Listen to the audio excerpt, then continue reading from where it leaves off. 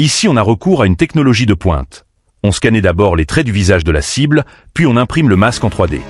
Ensuite, il faut aussi simuler la voix en analysant les caractéristiques vocales de la personne imitée. Ceux qui ont vu Mission Impossible se souviennent certainement de cette scène. Une Lamborghini flamboyante est détruite en pleine rue. Même si l'équipe n'a utilisé que la carrosserie, les effets visuels réalistes donnent mal au cœur. Plus tard, pendant le transfert, Ethan est bien évidemment attaqué. L'ennemi utilise 2 missiles pour supprimer instantanément toute contre-attaque, une intensité digne de GTA. Bien qu'Ethan abatte un hélicoptère avec son pistolet, Owen est secouru et son infirmière de femme, Julia, est kidnappée. Owen pose ses conditions. Il ne laissera la femme en vie que s'il obtient la patte de lapin. Sans la moindre hésitation, Ethan part immédiatement pour Shanghai voler la patte de lapin. C'est là la scène la plus culte du film. Accroché à un simple câble d'acier, Tom Cruise saute du haut d'un building de 160 mètres, se balance dans les airs sur près de 45 mètres à 100 mètres du sol, puis coupe le câble au bon moment pour atterrir sur une grande enseigne, reproduisant une cascade typique des films de Jackie Chan. Tom Cruise a réalisé toutes ces cascades lui-même, sans la moindre assistance. Tous les plans que vous voyez à l'écran ont été faits par lui, sans aucun effet spécial, et à part ce câble, il n'avait aucune autre protection. Ici, nous lui rendons hommage. Après avoir volé la patte de lapin, Tom Cruise se rend sur les lieux de l'échange. Pour vérifier son authenticité, Owen place une micro-bombe sur la tête d'Ethan. Mais Owen ne libère pas Julia après avoir récupéré la patte de lapin. Alors, avec l'aide de son acolyte Benji, Ethan réussit à localiser Owen. La scène se déroule dans l'ancienne ville de Xitan, où les habitants bavardent et pêchent devant chez eux, dans une atmosphère paisible et sereine. Ethan court désespérément dans des couloirs étroits, créant un contraste saisissant. Dans le film, Tom Cruise montre aussi ses compétences en chinois en prononçant quelques phrases. Finalement, grâce à l'aide providentielle d'un vieil homme, Ethan retrouve Owen. Ce dernier n'aurait jamais imaginé que lui, qui parcourait le monde entier, finirait tué par un Vendée. La bombe dans la tête d'Ethan est activée, mais il utilise un fort courant électrique pour la court-circuiter. Il retrouve finalement sa femme sur un paisible petit pont. À partir de ce volet, le personnage d'Ethan devient enfin clairement défini. Contrairement à James Bond, qui dès son apparition roule en voiture de luxe, Tom Cruise se déplace principalement en moto. L'humour et le courage du premier opus, ainsi que l'esprit chevaleresque du second, sont repris ici. La romance d'Ethan devient aussi plus riche. Sa loyauté envers ses amis, son refus d'abandonner ses proches et sa fidélité à son pays rendent ce protagoniste aux multiples facettes plus chaleureux. Parallèlement, les filles de l'impossible gagnent en profondeur. D'Isabelle à la partenaire Jane, puis à l'épouse Julia. Même si leur temps à l'écran varie, le film accentue la caractérisation de leurs personnages, les rendant plus complexes et marquants pour le public.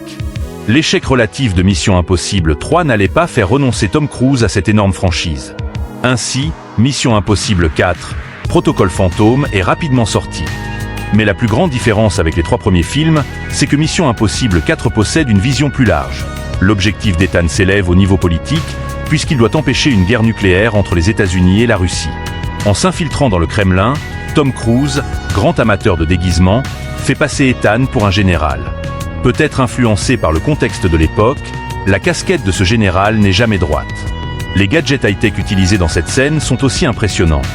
Une clé universelle ouvrant toutes les portes, une image de boxe réaliste. Un appareil peut afficher clairement la scène derrière un écran et ajuster l'angle en fonction de la perspective du spectateur. L'ambiance exceptionnellement calme dans le film augmente considérablement la tension du public. C'est justement dans ce contexte que le réalisateur intègre des moments humoristiques, ajoutant beaucoup d'intérêt. Bien sûr, le plus choquant reste la destruction du Kremlin. Les communications d'Ethan sont piratées, il sent que quelque chose ne va pas. À peine s'est-il échappé que le Kremlin s'effondre dans une immense explosion. Y a-t-il quelque chose de plus choquant que cette scène ? Ce film était réalisé par Brad Bird, connu dans l'animation pour Les Indestructibles. Malgré cela, il n'avait jamais dirigé de film en prise de vue réelle, et sa réputation à Hollywood n'était pas excellente, non pas pour d'autres raisons, mais parce qu'il était trop méticuleux, voire pointilleux. Cela correspondait parfaitement au style de Tom Cruise, qui tourne dans le monde entier sans cascadeur, et qui a même passé son permis de pilote de course pour les scènes de poursuite en voiture du film. Mais les faits ont prouvé que le choix de Tom Cruise était judicieux. Brad Bird a intégré de nombreux effets spéciaux high-tech et des éléments d'humour dans Mission Impossible 4, qui a rencontré un immense succès, rapportant $695 millions au box-office dès sa sortie. C'est aussi à partir de ce volet que l'équipe d'Ethan compte des membres fixes. Grâce au succès de Mission Impossible 4, Mission Impossible 5, Rogue Nation est sorti en 2015 comme prévu. Réalisé par Christopher McQuarrie, qui avait déjà travaillé avec Tom Cruise sur Jack Reacher et Edge of Tomorrow, leur collaboration s'est visiblement bien passée, le film rapportant 700 millions de dollars mondialement, battant le record de la série. Dès le début, une scène intense montre Tom Cruise accroché à l'extérieur d'un avion à 1500 pieds d'altitude, seulement avec ses mains. Sans surprise, c'était tourné en conditions réelles. Apparemment, cette scène a été filmée 8 fois, avec un Airbus à 4 SNSM. Selon Tom Cruise, comme c'était l'hiver, le vent en altitude était très fort et l'avion très fin. Au décollage, il était attaché à l'avion, mais pas assez serré, donc son corps bougeait beaucoup. Une technologie high-tech a été utilisée. Une caméra fixée sur ses lunettes, donc ce qu'on voit à l'écran est exactement ce que Tom Cruise voyait. Il ne portait aucune protection. À la deuxième prise, une pierre l'a même frappé. Comme l'avion volait très vite, il a cru que ses côtes étaient cassées. Après cette scène intense, un autre moment fort arrive. Le grand méchant fait son apparition.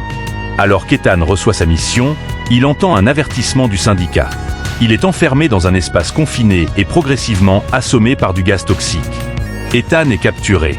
Peut-être influencé par l'esprit du temps, le méchant de ce volet est une organisation terroriste. Suivant la règle d'une petite amie par film, la fille de l'impossible est cette fois-ci la belle et combative Rebecca Ferguson, qui incarne Ilsa Faust. Dès son apparition, elle sauve le héros et joue un rôle important dans l'intrigue. C'est la fille de l'impossible, la plus détaillée de toute la série. Vient ensuite la scène la plus classique du film. Dans un opéra, Ethan, Ilsa et un autre tueur pointent simultanément leurs snipers vers leurs cibles respectives. La performance à l'opéra est Turando, qui symbolise un traumatisme psychologique. L'héroïne, blessée, se sent vide et essaie de combler ce vide en blessant les hommes. Mais cela ne fait qu'accentuer son vide. Elle réalise finalement que seul l'amour peut le combler, ce qui fait écho à la situation d'Ilsa. Trahie par son supérieur et contrainte par le syndicat, elle sauve Ethan d'abord pour l'utiliser, mais progressivement touchée par son esprit chevaleresque. Plus tard, quand Ethan manque de se noyer, Ilsa lui sauve la vie. Mais rapidement, elle le trahit en volant la puce qu'il a risqué sa vie à obtenir. Pourtant, Ethan ne lui en veut pas et lui tend la main au moment crucial. L'âme d'Ilsa trouve finalement la rédemption, plantant le décor pour le prochain volet. Ensuite arrive une autre scène culte. Ethan doit plonger pour remplacer une plaque d'identité. Tom Cruise tourne la scène en un seul plan, montrant les limites humaines. À part des lunettes spéciales, il n'utilise aucun accessoire particulier. Il retient sa respiration pendant 360 secondes, alors qu'un humain moyen le fait entre 30 et 40 secondes. Dans le film, on voit Tom Cruise non seulement retenir sa respiration, mais aussi accomplir de nombreuses actions. C'est difficile d'imaginer comment son cœur de 53 ans a supporté une telle pression. Comme dans Mission Impossible 4, ce volet a une vision large. L'organisation terroriste Syndicat recrute massivement des agents en fuite du monde entier pour les utiliser. Ce plan était initialement approuvé par le Premier ministre britannique, mais a échappé au contrôle du gouvernement. Le but ultime du syndicat n'est pas expliqué dans le film, mais le boss final est enfermé par Ethan dans une vitrine scellée, de la même manière que dans la scène d'ouverture. Avec le succès de Mission Impossible 5, la série a atteint une popularité sans précédent. 3 ans plus tard, Mission Impossible 6, Fallout est sorti. Pour la première fois, le réalisateur n'a pas changé, restant Christopher McQuarrie. On dirait que Tom Cruise veut créer un univers Mission Impossible. Bien qu'ayant dépassé la cinquantaine, Tom Cruise redouble de courage et les dangers qu'il affronte dans ce film sont encore plus grands, au point que certains considèrent cela comme son meilleur film. Le film a rapporté 660 millions de dollars en seulement 6 jours, grâce à l'esprit téméraire de Tom Cruise. Peu après le début du film, Tom Cruise saute de 25 000 pieds d'altitude. Pour sauver un partenaire dont le parachute ne s'est pas ouvert, il doit le contrôler dans une position étrange jusqu'à 600 mètres du sol avant d'ouvrir son parachute. Cette méthode, appelée AO, High Altitude Eye Opening, est généralement utilisée pour les infiltrations. Très dangereuse, elle est réservée aux forces spéciales. De plus, Tom Cruise a joué une poursuite en hélicoptère. Pour cette scène, il a même passé son permis d'hélicoptère. Il est à noter que lors d'un saut entre 2 bâtiments, Tom Cruise s'est fracturé la cheville, ce qui l'a immobilisé 4 mois. Après sa rééducation, il est immédiatement retourné tourner des scènes périlleuses. Comparé à ces scènes, l'escalade, les poursuites en moto, etc., n'ont pas été oubliées. Si Tom Cruise participait à un Ironman, il obtiendrait sûrement un score impressionnant. De plus, Les filles de l'impossible brillent dans ce volet. Ilsa, apparue dans le précédent, est de retour et sauve la vie de Tom Cruise dès son entrée. Mais l'héroïne principale n'est pas elle, c'est la veuve Blanche, qui joue une intermédiaire négociant des renseignements avec les gouvernements. Ce personnage est ambigu, tantôt commettant des meurtres sans sourciller, tantôt aidant les opérations nationales. La scène où elle embrasse Tom Cruise devant Ilsa est très appréciée, marquant clairement son personnage. De plus, le but ultime du syndicat est révélé dans ce volet. Similaire au projet Purge, le syndicat pense qu'éliminer la majorité des personnes médiocres améliorera l'environnement de l'humanité. Bien sûr, cette idée anti-humaniste est inacceptable pour Tom Cruise. Pour empêcher la destruction du monde et protéger la paix, Tom Cruise avance courageusement, mais tombe sur son ex-femme Julia au dernier moment. Peut-être pour tourner la page, Julia fait ses adieux à Ethan avec émotion au chevet. Puis Ilsa arrive, laissant supposer qu'elle pourrait devenir la deuxième fille de l'impossible officielle après Julia. Aujourd'hui, Tom Cruise a 62 ans, mais il reste très actif.